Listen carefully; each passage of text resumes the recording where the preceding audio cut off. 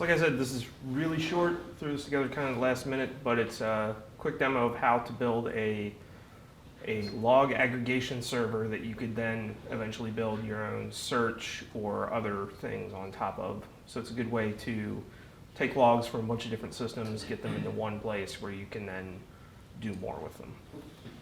This is going to be using Elasticsearch and Logstash, which is another product of theirs. So I have the steps kind of written out, and I'll put this up on GitHub for anybody that's interested, but I'm just going to do a bit of quick copying and pasting, and we're going to run through this live. So hopefully nothing breaks.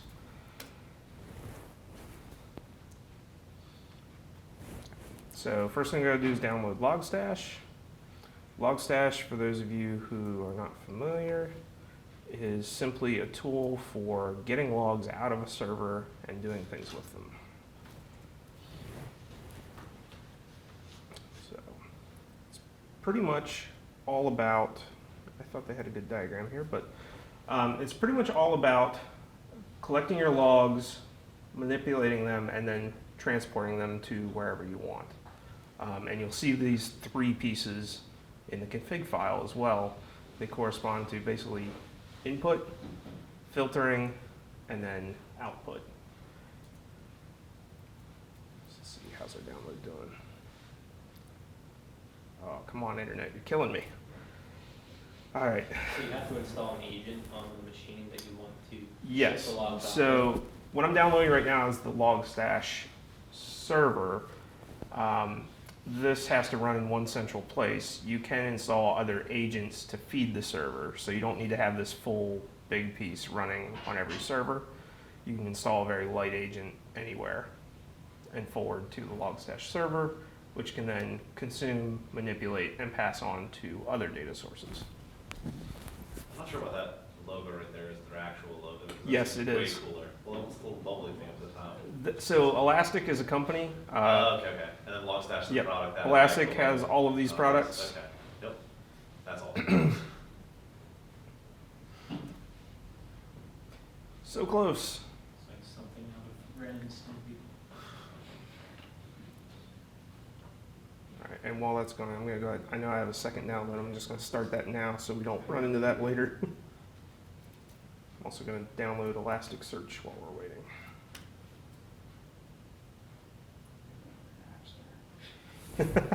Oh man.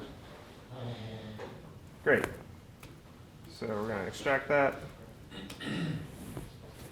As you can see, it's built on JRuby, if the files flying past aren't obvious. So it can run just about anywhere. All right, so we've got Logstash. And let's look at a really basic config file for Logstash. This is it. This is the simplest config you can have. Literally take something from standard in and spit it out on standard out. So we'll take this and we'll build off of it. But first I just want to show you this running.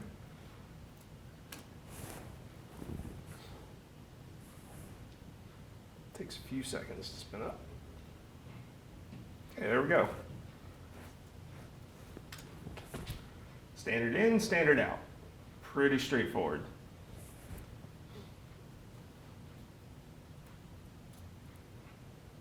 So let's start to get a little more complicated. Let's start to feed a file into this. What I'm going to feed in here is an application log from a PHP application.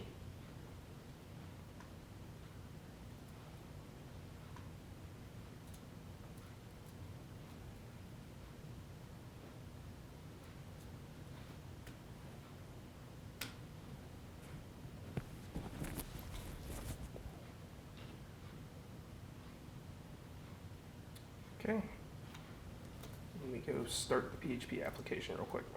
And what I'm feeding it from is the TechLancaster website.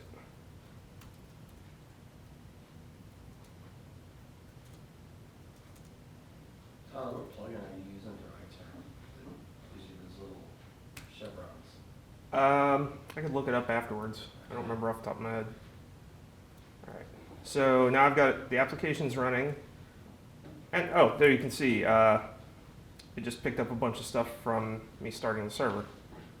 So this is the log now feeding into Right now it's just feeding the standard out, but I'm getting data out of my log file.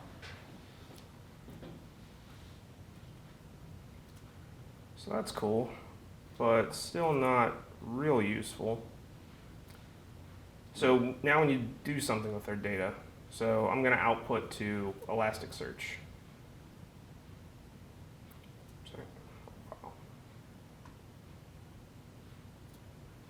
So as long as I'm running Elasticsearch on the same machine as Logstash, which in this case I will be, this is all I need to do for configuration.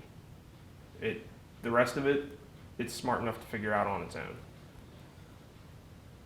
So let me see if our Elasticsearch is downloaded. Great. And let me fire up Elasticsearch.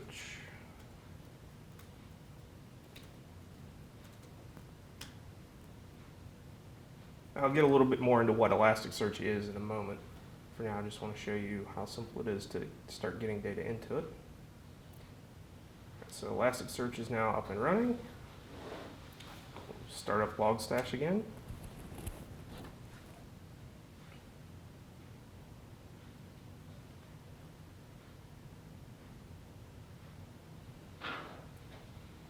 Okay. Now let me just hit that website one more time. So I started my website running locally on port 8000. This is just for that PHP application I mentioned. And I'm going to go to a route that doesn't exist because this would throw a 404 error. Great. So you see, nothing popped on the console now because we switched. We're not using standard out anymore. But we can see here, it started writing to Elasticsearch. So by default, Elasticsearch only provides us with a REST API. So you see, this is my Elasticsearch instance running. You can get any data you want out of it using just simple commands with curl if you want. For me, that's a real pain in the ass. So I'm going to grab a front-end interface for it real quick. So I need to shut down Logstash, shut down Elasticsearch, and we can just grab a community plugin for Elasticsearch to do this for us. And the one I'm using is called Elasticsearch HQ.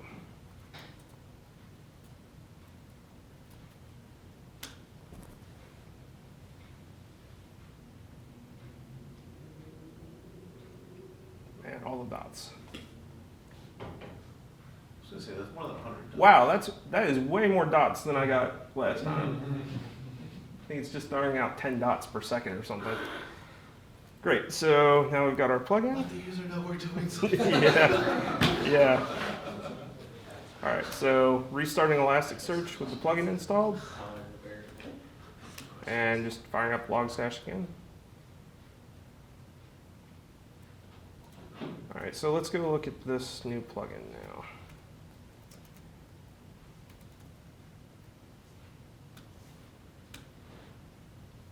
All right, so this is my plugin that was installed. This is an open source front-end interface for Elasticsearch. You can hook it up to an Elasticsearch cluster and see everything from some of the health of the cluster to the indexes, and then you can actually start to do some querying in here as well, which is what I want to show you now. So you can see we have 78 documents in here. This is a document store. And Logstash has already created an index for me. So we can go ahead and start querying this. Let's just take a look at host and message for now. All right, so here are my logs. They're already marked by the host they came from and the full message of each line in the log. So from here, if I wanted to look for exceptions or something like that, I can do a simple full text search. Well, maybe. There we go. Do a simple full text search to start at a very, very basic level searching the contents of my logs. It's, in 10 minutes, I've got a way better interface to work with my logs now already than trying to parse through log files.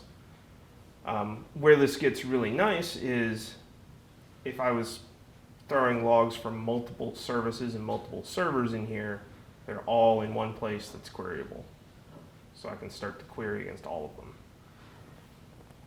Furthermore, this is like the high-level overview. If you look at the structure of this message, let me switch back to showing multiple messages here. If you look at the structure of these messages, they're kind of in a standard format. You have time, event, followed by message, and certain other pieces of data.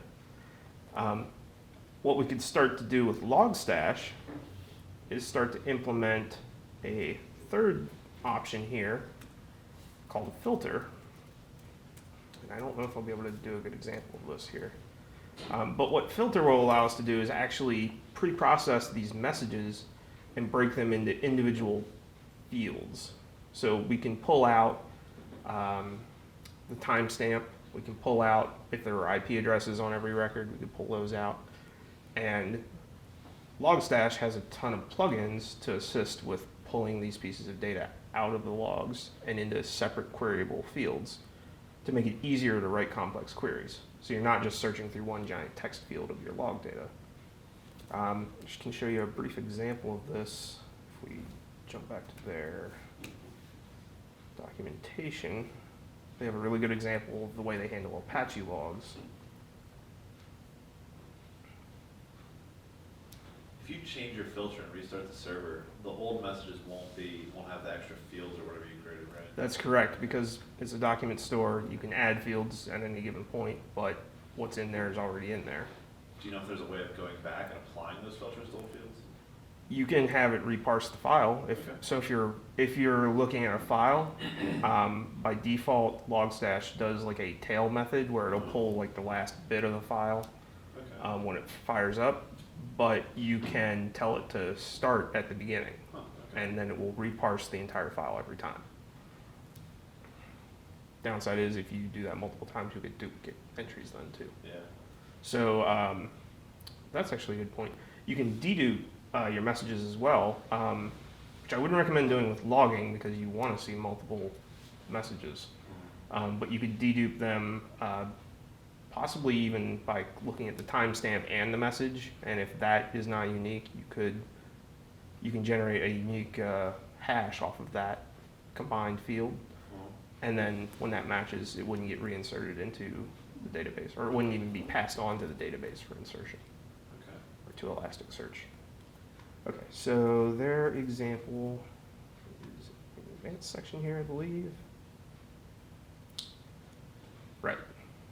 Okay, so you can see here they have a similar log file. This is an Apache log right here.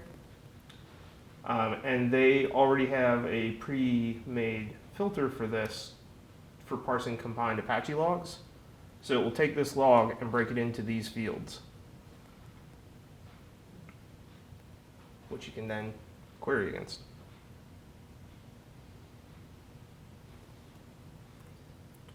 But it's real powerful because you can start to build your own applications and things on top of this too if you want. So with Elasticsearch, what we really have, I have this interface that I can use to query it, but what I really have here is a REST API. By default, Elasticsearch gives you a REST API for everything. So what I've gotten is, for very little effort, I've gotten a REST API for all of my logs across as much of my infrastructure as I want to set up. Now, of course, security, that's up to you. Yeah, there's no security here yet. That would need to be put in, of course.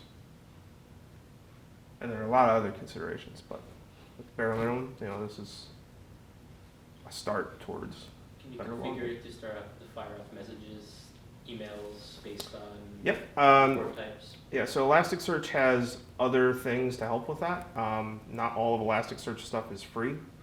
For example, they have something called Watcher, which is it's a commercial plugin. You can try it free for like 30 days or whatever, and then it's a reasonable fee.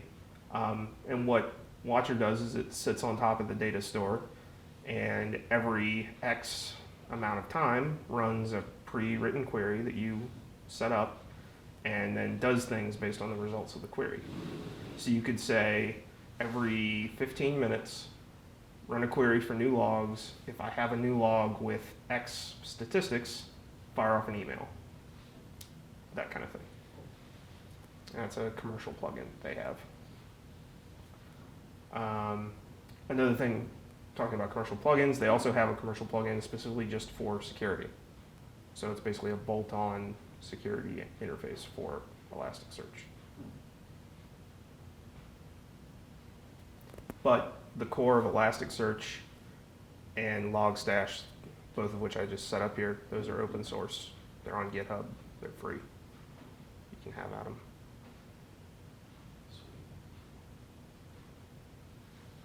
And since Court's not here tonight, if you have any questions, ask him because he works for them. Question? So I know that, like logs are always like go together, like just all the programs are spitting out the logs and all the events and all the stuff. Like, I keep thinking about Matt here, who's a lawyer, and they have to do research, doing like lots of data, and spit out things. The quicker the better. It's kind of a similar scenario. Just going through a lot of data. Does this help? I mean, it could. Something like that? I'd say like the difference is with the data that they're dealing with, it's something that where this gets handy is you're dealing with a lot of data being produced that you need to filter through. I think for them, they're always filtering through the same data, right? You're talking about just legal information, right? I mean, as far as I can tell from what I know, there's a lot and a lot and a lot of, case, like history, like just tons of Well, and it's being, stuff to. and it's being created every single day. I mean, it's impossible. That's why Yeah, I mean, exist. I think the hardest part is going to be modeling your data in a way that's going to be useful and getting the data in. I was gonna say, I can imagine a lot of the documents are written in like either different formats or just like not standardized, where you can say like, oh, this is the person that wrote the Yeah, document, this is the if- state it applies to. stuff Yeah, like that. if your data is not standardized, the best this is going to be is a good text search There engine. has to be, Yeah. like, You know? legal archive and, like, common case law. There is, but it probably takes a while for it to get there. There's no standard system. Basically, every state, county, government entity has a different way of, and a different source of Yep. putting out that data. And a lot of it's, the pay service, what you're paying for is that aggregation of that data. Yeah, well, so that's interesting because that's something else you can do with a system like this. And it's actually kind of why I started looking into this in the first place, was doing some aggregation. But some of the other things that Logstash can do, I showed a file. Logstash can actually reach out to other sources too. So it can pull from RSS feeds. It can scrape websites. It can hit a REST API. You can set it up to consume just about any data source you want. And you can make it, if this makes sense, you can make it an API endpoint on its own too, to put data into Logstash for pre-processing before it's then put into a central data store. So you can build an aggregation service on top of something like this and use these tools to standardize the data from all the different sources.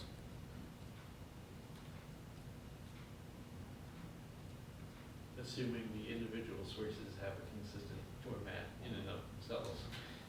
Yeah, I mean, yeah, of course.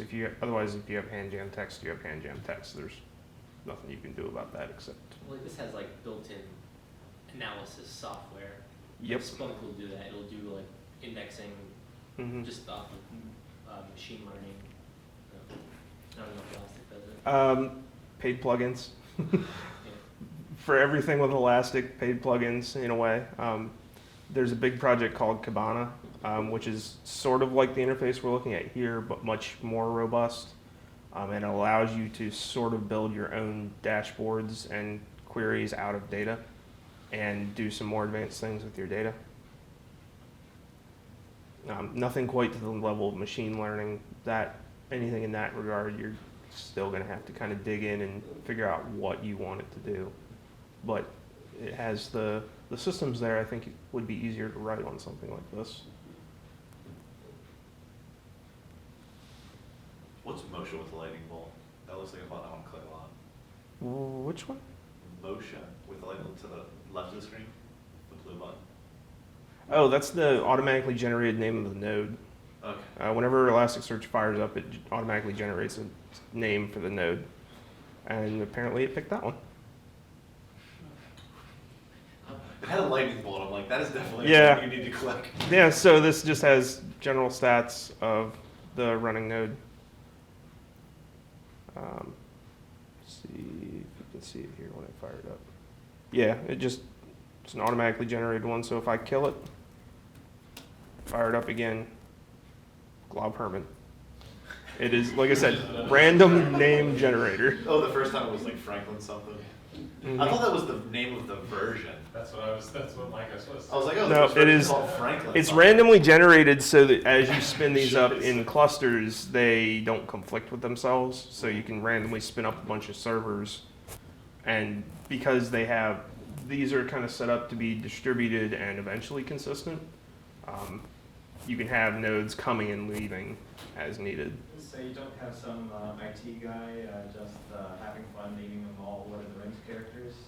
I'm sure you could if you Can't wanted. specify a name. Like a static nickname. Yeah. Real quick, I just want to show you an example of the fingerprinting to dedupe when you're taking in data. I have an example of that. I think where I put it.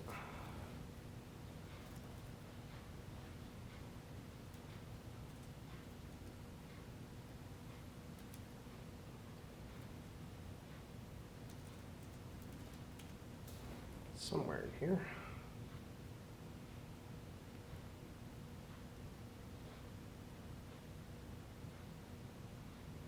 Okay, so this is what I'm working with. I'm pulling in 2 RSS feeds, and then what I'm doing with the filter method here is generating a unique ID that is really a SHA-1 fingerprint based on the message body, so that if the server goes down or I re-pull the RSS feed, if I get the exact same body back in an RSS feed, I don't have to restore that. I just throw it out. So this just generates a fingerprint based off of the message field, which is the body, and it uses that as the document ID in Elasticsearch, so it prevents duplication.